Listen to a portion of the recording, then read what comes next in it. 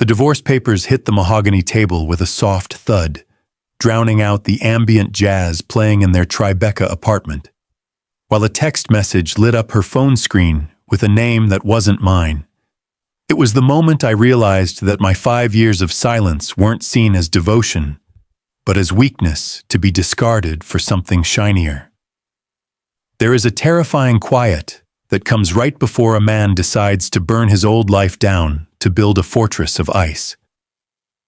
If you find yourself drawn to the jagged edges of broken vows and the cold satisfaction of a long-awaited turn of tables, stay with me, because the real story begins after the signature dries. The manila envelope didn't make a loud noise when it hit the marble countertop, but the silence that followed was deafening. It was the kind of silence that sucked the air out of the room, leaving only the low hum of the refrigerator and the distant muffled sirens of New York City 7 floors below. Lucas stared at the envelope. He didn't need to open it to know what was inside. The energy in the apartment had been shifting for months, curdling really, like milk left out on the counter too long. "It's done, Lucas," Elena said. Her voice was steady, practiced. She stood by the kitchen island, her posture rigid, dressed in the black silk dress she had worn to the charity gala earlier that evening. She looked beautiful, in the way a storm looks beautiful before it tears a house apart. "I can't do this anymore. I can't pretend that this life, that you, are enough for me." Lucas slowly set down the wine glass he had been polishing. It was a cheap vintage, something he had picked up to celebrate his promotion to senior associate at the firm. A promotion that meant a 10% raise, a promotion she hadn't even asked about. "Enough?" Lucas repeated, his voice raspy.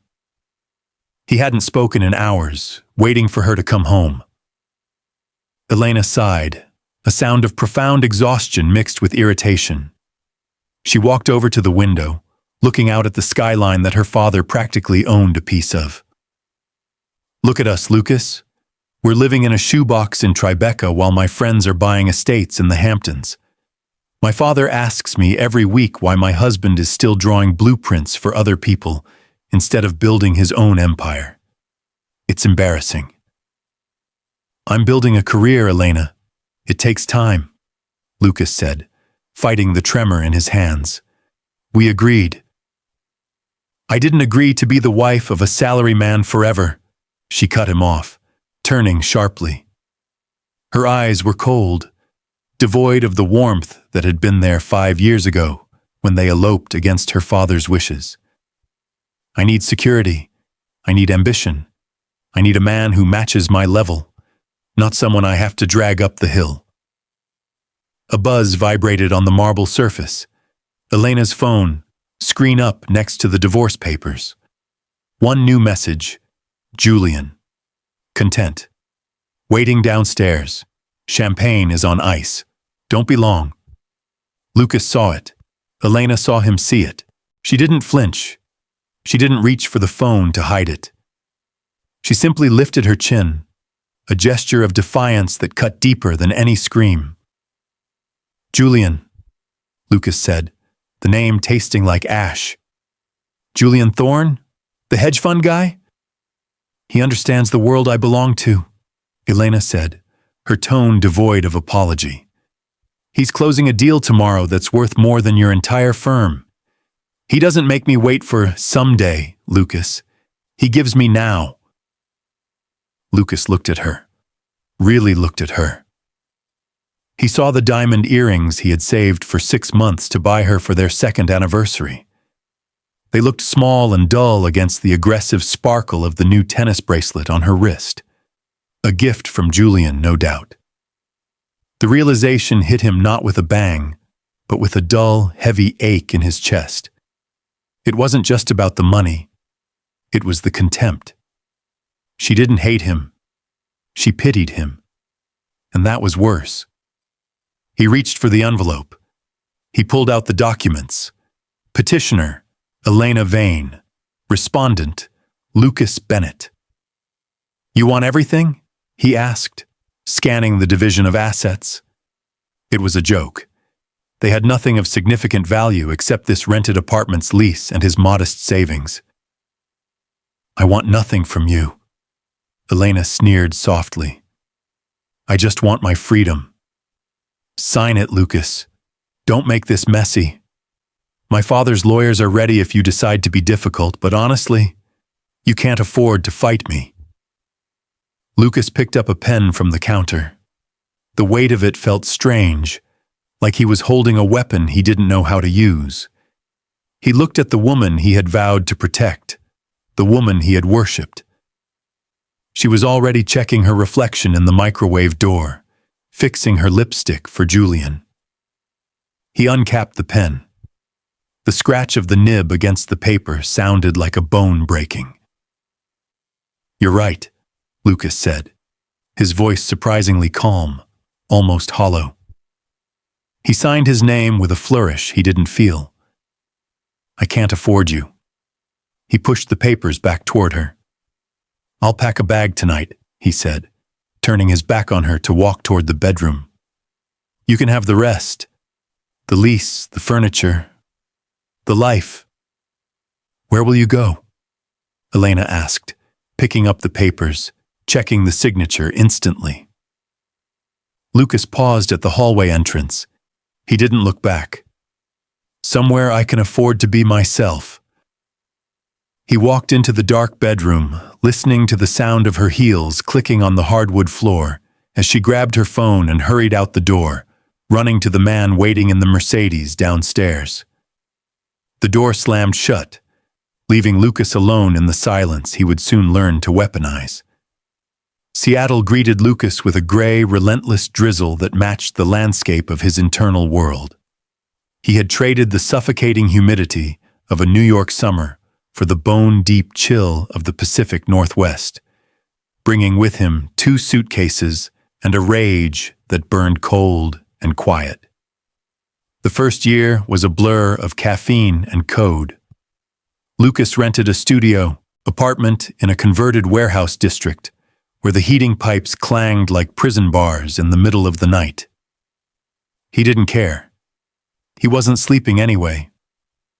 He had taken a job as a junior analyst at a mid-tier tech firm just to keep the lights on, but his real work began after 6 p.m. He spent his nights building Apex Horizon. It wasn't just a hedge fund. It was a predictive algorithm designed to identify distressed assets before they even knew they were bleeding. He poured his architectural knowledge into the code, treating market trends like load-bearing walls. If you removed the right support, the whole structure collapsed. He was learning how to be the one who controlled the demolition. There were nights he wanted to call her. The urge would hit him at 3 a.m., a phantom limb ache in his chest. He would stare at her contact in his phone, his thumb hovering over the glass.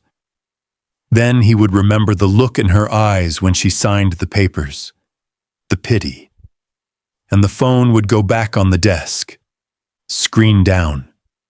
While Lucas was learning the brutal language of leverage in Seattle, Elena was learning the price of visibility in Manhattan. Life with Julian Thorne was exactly what she had asked for. Loud, bright, and expensive. They spent weekends in the Hamptons and winters in Aspen. Her Instagram feed was a curated gallery of envy-inducing moments. Champagne toasts on yachts, front row seats at Fashion Week, diamond necklaces that cost more than Lucas's old annual salary. But the shine began to wear off in the quiet moments she hadn't anticipated. It happened during a dinner party at Julian's penthouse, 2 years after the divorce. They were entertaining a group of potential investors from Dubai. Elena, who had a degree in art history and a sharp eye for aesthetics, began to offer an opinion on the architectural influence of the new museum downtown. It's actually a fascinating derivative of the brutalist movement, she started, animated by the conversation. Julian placed a hand on her forearm. The pressure was firm, bordering on painful. He smiled at the table, but his eyes didn't crease. "Babe," Julian said, his voice smooth as oil. "Why don't you check on the dessert wine? I think the boys and I are boring you with this shop talk." The table chuckled politely. Elena froze. The dismissal was casual, public, and absolute. She wasn't a partner. She was the centerpiece. She swallowed the lump of humiliation in her throat, forced a smile that didn't reach her eyes, and stood up. "Of course," she whispered. As she walked to the kitchen, passing the floor-to-ceiling windows that looked out over the city, she felt a sudden, sharp pang of nostalgia. She remembered Lucas sitting on the floor of their old apartment, surrounded by blueprints, asking her opinion on light fixtures, listening to her like she was the only person in the world who made sense. Lucas had been poor, yes, but he had seen her. Julian only saw what she represented on his arm. Back in Seattle, the breakthrough finally came. It was the 4th year. Lucas sat in a meeting room that smelled of stale coffee, facing 3 venture capitalists who looked bored. He didn't pitch them a dream. He pitched them a weapon. He showed them the beta test of his algorithm, which had successfully predicted the collapse of a major retail chain 3 months before it happened. "It doesn't just read the market," Lucas said, his voice deeper, rougher than the man who left New York. He wore a suit that fit him perfectly now, his body hardened by years of gym sessions that replaced sleep. "It creates the market. We buy the debt, we control the restructuring, and we own the outcome." The lead investor leaned forward, the boredom vanishing. "What do you call this fund?" Lucas looked at the rain streaking against the window. He thought about the horizon he had been staring at for 5 years, the line where the sky met the sea, unreachable and cold. "Apex Horizon," Lucas replied. By the 5th year, Lucas Bennett was no longer a name whispered in passing. He was a headline in the Financial Times. He was the ghost in the machine of Wall Street. And he was finally ready to go home. 5 years is a lifetime in the financial district. It is long enough for fortunes to quadruple, and long enough for a legacy built over 3 generations to rot from the inside out. The boardroom of Vane Enterprises, once a sanctuary of old money and cigar smoke, now felt like a mausoleum. Elena sat at the head of the table, a position she had inherited by necessity rather than desire. Her father, Archibald Vane, was absent. The stroke he suffered 2 weeks ago had been mild in medical terms, but catastrophic in symbolic ones. The lion was wounded, and the hyenas were circling. "We are bleeding out, Elena," the CFO said, his voice trembling as he slid the quarterly report across the polished mahogany. The logistics expansion Julian recommended. "It's a sinkhole. We're over-leveraged. The banks are calling in the loans on Monday." Elena pressed her fingers against her temples, trying to massage away the migraine that had become her constant companion. She looked to her right, where Julian sat. He was checking his watch, a Patek Philippe that cost more than the severance packages they were about to deny their employees. "Julian," Elena said, her voice tight, "you said the expansion was a sure thing. You said your fund would backstop the risk." Julian didn't look up immediately. When he did, his expression was one of bored detachment, like a man watching a movie he didn't like. "The market shifted, Elena. It happens. Commodities are down across the board. As for my fund backing it, my partners won't approve pouring capital into a sinking ship. It's bad governance." The silence that followed was brittle. Elena stared at him, truly seeing him for the first time in months. The charm was still there, but it was thin, like gold plating over cheap lead. "We are Sinking because we listened to you, she whispered, the realization cold in her stomach. You're abandoning us. I'm mitigating risk, Julian corrected, standing up and buttoning his jacket. And you should too. Declare bankruptcy. Sell the assets. It's just business, darling. Don't get emotional. I have a dinner reservation at Le Bernardin at 8. Try not to be late. He walked out, leaving the scent of expensive cologne and betrayal in his wake. Elena sat alone in the dim light of the boardroom, the city lights flickering outside like indifferent stars. She felt a profound sense of vertigo. She had left a man who would have walked through fire for her, for a man who wouldn't even skip dinner to save her family.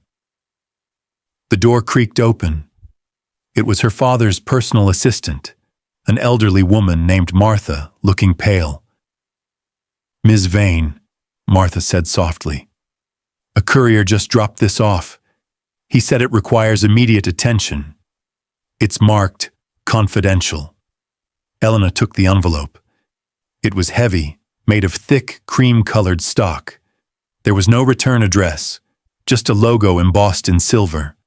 A geometric mountain peak intersected by a sharp, horizontal line. Apex Horizon. She tore it open. Inside was a single document. It wasn't a lawsuit.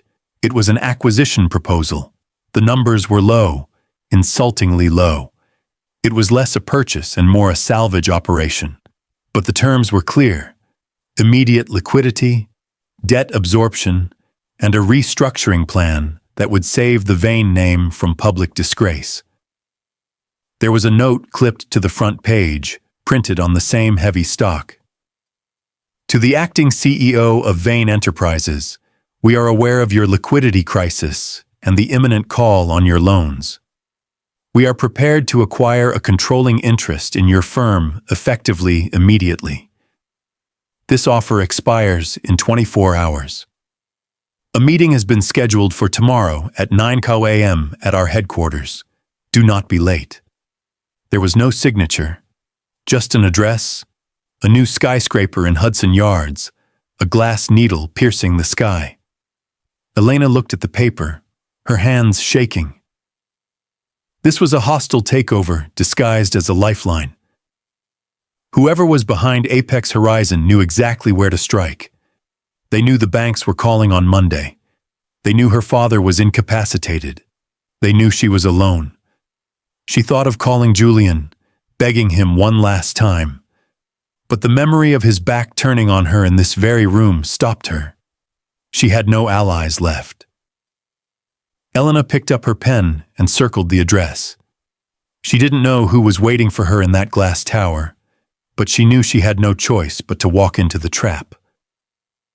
The elevator ride to the 65th floor of the Apex Horizon Tower was smooth, silent, and terrifyingly fast. Elena watched the floor numbers climb, feeling her ears pop as the pressure changed. She smoothed the skirt of her navy suit for the 10th time, catching her reflection in the polished steel doors. She looked composed, she told herself. She looked like a CEO. But her hands, clutching the leather portfolio containing Vane Enterprises' bleeding balance sheets, were ice cold. She had spent the night rehearsing her pitch. She would appeal to the investors' greed. She would offer equity, board seats, anything to keep the vultures away from her father's legacy. She expected a shark, an old cigar-chewing corporate raider who saw her distress as blood in the water. The doors slid open with a soft chime. The reception area was the expanse of white marble and glass, offering a panoramic view of the Hudson River that was so clear it looked fake. The silence here was different from the silence in her father's office. It wasn't the quiet of a tomb. It was the quiet of a predator waiting to strike. Ms. Vane? A young assistant dressed in severe gray stood behind a floating desk. She didn't smile. He is expecting you. Third door on the left. Thank you, Elena said, her voice sounding thin in the vast space. She walked down the corridor. The walls were lined with abstract art, sharp lines, dark colors, violent strokes. It felt aggressive. Every step she took on the concrete floor echoed slightly, amplifying her heartbeat. She reached the heavy glass door. She took a breath, held it, and pushed it open. The office was massive, cornered by floor-to-ceiling windows that flooded the room with the harsh morning light of New York. A long conference table made of black obsidian dominated the center. But the room was empty, save for a figure standing by the window, back turned to her, looking out at the city below. He wore a charcoal suit that fit with bespoke precision, the fabric draping over broad shoulders. His posture was still, his hands clasped behind his back. "Mr. Elena started, stepping into the room. "I'm Elena Vane. Thank you for seeing me on such short notice." The man didn't turn immediately. "Punctuality was never your strong suit, Elena. I see you've learned a few things." The voice hit her like a physical blow. It was deeper, rougher, stripped of the gentle cadence she remembered, but the timbre was unmistakable. Elena stopped breathing. Her portfolio slipped from her numb fingers, hitting the floor with a slap that cracked the silence. The man turned around slowly. It was Lucas, but it wasn't the Lucas she had discarded 5 years ago. That Lucas had soft eyes and a hesitant smile. That Lucas wore shirts that were slightly frayed at the cuffs. The man standing before her was a stranger wearing her husband's face. His hair was cut shorter, sharper, his jawline was set in stone, and his eyes, those dark eyes that used to look at her with adoration, were now flat, impenetrable surfaces. "Lucas," she whispered, the name barely escaping her lips. He didn't blink. He didn't smile. He walked over to the head of the table and pulled out the chair, sitting down with a slow, deliberate grace. He gestured to the empty chair at the opposite end of the long, black table, a distance that felt like miles. "Sit down, Elena," he said. It wasn't a request. Elena couldn't move. Her mind was racing, trying to reconcile the image of the struggling architect she had mocked with the titan of industry sitting before her. This was the founder of Apex Horizon? This was the man holding her family's fate in his hands? This is a joke," she stammered, stepping back toward the door. You can't represent the fund." "I am the fund," Lucas said calmly. He opened a file on the table, a copy of the acquisition proposal. "And right now, I'm the only person in this city willing to buy your debt instead of foreclosing on it. So you can walk out that door and let the banks tear your father's company apart by noon, or you can sit down and negotiate." He looked at her, his expression unreadable. "Your choice. Again." Elena looked at the door. Then she looked at Lucas. The shame burned hot in her cheeks, clashing with the cold dread in her stomach. She realized then that the power dynamic hadn't just shifted, it had inverted. She was no longer the prize. She was the petitioner. Slowly, painfully, she walked to the chair he had indicated. She sat down. "Good," Lucas said, opening his pen. "Now, let's talk about the price of failure." Lucas slid a thick document across the obsidian table.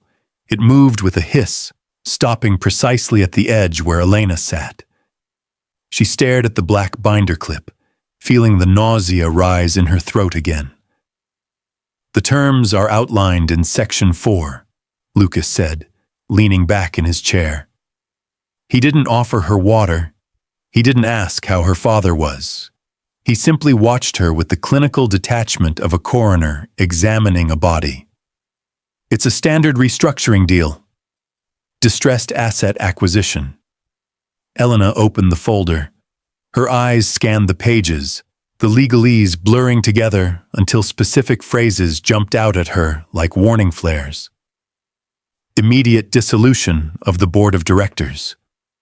Appointment of Apex Horizon representatives to all C-suite positions. Archibald Vane to retain title of Chairman Emeritus with no voting rights. "You're gutting us," Elena said, her voice trembling with a mix of anger and disbelief. She looked up at him, searching for a flicker of the man who used to make her coffee every morning. "You're firing everyone. My father built this team over 30 years. You can't just wipe them out. Your father's team missed 3 consecutive quarters of projected earnings and leveraged the company's core assets to fund a logistics expansion that didn't exist," Lucas replied. His voice was flat, devoid of malice, which made it infinitely worse. "Sentimentality is what put you in this chair, Elena. Competence is what keeps you there. Right now, your management team is a liability I'm not willing to insure." "This isn't business," Elena snapped, slamming the folder shut. "This is personal. You're doing this because of what happened. Because I left." Lucas finally smiled. It was a cold, sharp expression that didn't reach his eyes. "You overestimate your importance in my portfolio." He stood up and walked to the whiteboard behind him, uncapping a marker. He wrote a single number, 415. "That is your current debt load," he said, tapping the board. "The banks call it in on Monday. If they do, Vane Enterprises ceases to exist. The assets will be sold for parts. Your father's legacy becomes a footnote in a bankruptcy filing. Your inheritance becomes 0. He turned to face her. "I am offering to cover that debt. In exchange, I take the keys. I own the car, Elena. You're just arguing about who gets to sit in the passenger seat." Elena felt tears pricking her eyes, tears of frustration, of humiliation. She hated him for being right. She hated him for seeing her so clearly. In a desperate attempt to regain some ground, she softened her voice, leaning forward, using the intimacy she had discarded years ago. "Lucas," she said softly, "I know I hurt you. I know I made a mistake. But we were everything once. Doesn't that count for anything? Can't you leave my father with some dignity? Can't you give me a chance to fix this myself?" She watched his face, hoping for a crack in the armor. For a second, she thought she saw a hesitation in his jaw, a slight tightening of his hand on the marker. But then the moment passed, replaced by steel. "You told me once that you needed a man who matched your level," Lucas said quietly, walking back to the table. He placed both hands on the surface, leaning down until he was eye level with her. "You said you couldn't afford to wait for me. Well, I'm here now. And I've looked at the books, Elena. The reality is, you are the one who can't afford me anymore." The callback to their divorce was precise and devastating. It stripped away her defense. She wasn't negotiating with an ex-husband. She was negotiating with a creditor. "Sign the papers," Lucas said, straightening up and checking his watch. "Or don't. But I have a meeting at 11, and the banks open at 9 on Monday. You don't have time to shop for a better savior." Elena looked down at the pen lying on the table. It was heavy, expensive, a Mont Blanc. Just like the cheap plastic pen she had handed him 5 years ago, it felt like a weapon. With a shaking hand, she picked it up. She wasn't just signing away a company, she was signing an admission of total defeat. The ink on the acquisition contract was barely dry when Lucas closed the folder. The sound was final, like a gavel striking a block.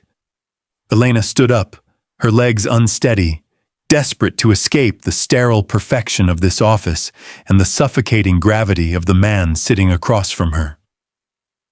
"I assume we are done," Elena said, clutching her purse. "My lawyers will be in touch regarding the transition." "We are done with the purchase," Lucas said, not moving from his chair. "But we are not done with the audit." Elena paused, her hand hovering over the door handle. "You have the books, Lucas. You know exactly how bad it is. There's nothing left to hide." "There is a difference between incompetence and sabotage, Elena," Lucas said. His voice dropped an octave, losing its sharp corporate edge and gaining a darker, heavier tone. He tapped a command into the console built into the table. "Sit down. You need to see this." "I don't want to see anything else," she protested, exhaustion washing over her. "If you want to protect what's left of your father's legacy, you will look at the screen." Reluctantly, Elena turned back. The smart glass wall behind Lucas darkened, transforming into a massive display. A timeline appeared, marked with jagged red lines representing Vane Enterprises' stock value over the last 18 months. "Here," Lucas said, using a laser pointer to circle a steep drop in the graph from last winter. "This was the leak about the failed merger in Asia. It tanked your stock by 15% overnight." "I remember," Elena whispered. "It was a rumor. We never found the source." "And here," Lucas continued, circling another drop. "The EPA investigation rumor 2 months ago. False, of course, but it caused a panic sell-off right before your loans were up for renewal." "What is your point?" "We had bad luck." "Markets don't have bad luck, Elena. They have patterns." Lucas swiped the screen. A new window opened, displaying a complex web of transactions. "My team traced the source of the leaks. They came from a secured private server. The metadata was scrubbed, but not well enough for my algorithms." He zoomed in on a series of wire transfers that coincided perfectly with each stock drop. Put options, bets that the stock would fall, were purchased in massive quantities through shell companies in the Caymans just hours before each leak went public. "Someone was drilling holes in your boat and betting on how fast it would sink," Lucas said. "Who?" Elena asked, though a cold dread was already pooling in her stomach. She stared at the screen, praying she wouldn't see the name she feared. Lucas pressed a final button. The shell companies dissolved on the screen, revealing the ultimate beneficiary owner, Thorne Capital Management. CEO Julian Thorne. The room began to spin. Elena gripped the back of the leather chair to keep from falling. "No," she breathed. "That's impossible. Julian, he tried to help. He recommended the logistics expansion." "Which was the anchor that dragged you down," Lucas finished for her. "He advised you to over-leverage. Then he leaked the bad news to drive the price down, and he bet against you the entire time. He didn't just watch you drown, Elena. He held your head under the water." Elena felt bile rise in her throat. She flashed back to the dinners, the whispered assurances in the dark, the way Julian had held her hand while looking at his phone. He hadn't been checking emails. He had been checking his profits from her family's destruction. "Why?" she managed to choke out. "He has everything. Why would he do this to me?" Lucas looked at her, his expression softening just a fraction, but it wasn't with kindness. It was with a brutal honesty. "Because to men like Julian, people aren't partners. They are assets or liabilities," Lucas said quietly. "You were an asset when you were the trophy wife. When the money ran out, you became a liability. So he liquidated you." Elena sank into the chair, the fight draining out of her body. The realization was a physical pain, sharper than the divorce, sharper than the bankruptcy. She hadn't just left a good man for a rich one. She had left a man who would have built her a castle, for a man who had sold the bricks of her home out from under her. "He destroyed us," she whispered, tears finally spilling over, hot and humiliating. "He destroyed everything." "He tried," Lucas corrected, standing up and buttoning his jacket. "But he forgot one variable." "What?" Elena looked up, her vision blurred. "He forgot that I might want to buy the wreckage." Lucas walked to the door and held it open for her. "Go home, Elena. Tomorrow I start cleaning up the mess. And that starts with firing Julian Thorne." The rain in New York always felt different from the rain in Seattle. Here it felt aggressive, drumming against the glass of Lucas's penthouse like 1,000 fingers demanding entry. Inside, the apartment was a sanctuary of silence and shadows, furnished with the kind of minimalism that screams wealth but whispers loneliness. Lucas stood by the kitchen island, staring into the amber depths of a whiskey glass, when the buzzer rang. He didn't check the camera. He knew who it was. The doorman had called up 5 minutes ago, his voice hushed with the recognition of a name that used to mean royalty in this city. When he opened the door, Elena was standing there. She was soaked. The trench coat she wore was dark with rain, and her hair, usually a perfect curtain of silk, was plastered to her cheeks. She didn't look like the CEO of Vane Enterprises. She looked like the girl he had met in a coffee shop 10 years ago, before the inheritances and the hedge funds and the expectations tore them apart. "I didn't think you'd let me up," she said, her voice small. "I almost didn't," Lucas replied. He stepped aside, allowing her to enter. He didn't offer to take her coat. That was a husband's job, and he had retired from that position. Elena walked into the living room, her eyes scanning the vast, cold space. She shivered, though whether from the dampness or the atmosphere, Lucas couldn't tell. "It's beautiful," she murmured. "Cold, but beautiful." "It's efficient," Lucas corrected. "Why are you here, Elena? The contracts are signed. The transition team starts at 8 tomorrow." Elena turned to face him. Her makeup was smudged beneath her eyes, giving her a haunted look. "I didn't come to talk about the company. I came because I know what you did. You didn't just buy the debt. You saved us. You saved my father from prison, probably. You saved my name." "I made an investment," Lucas said, taking a sip of his drink. "Don't romanticize a transaction." "Stop it," she pleaded, stepping closer. The scent of her, rainwater and that familiar jasmine perfume, hit him, triggering a muscle memory he thought he had deleted. "Stop acting like you don't feel anything. You could have let Julian burn us to the ground. You could have bought the scraps at auction. But you stepped in." She reached out, her hand hovering near his arm before dropping to her side. "I was wrong, Lucas. God, I was so wrong. I was chasing a shine that wasn't real. I thought Julian was the future, but he was just hollow. You were the one. You were always the one who had the strength." "I didn't have the strength," Lucas said softly. "I had to build it. And do you know how I built it? By removing the thing that made me weak." Elena flinched, as if he had slapped her. "Me?" "Us," Lucas clarified. He set his glass down on the counter with a definitive clink. "The Lucas you want right now? The one who would hold you and tell you it's going to be okay?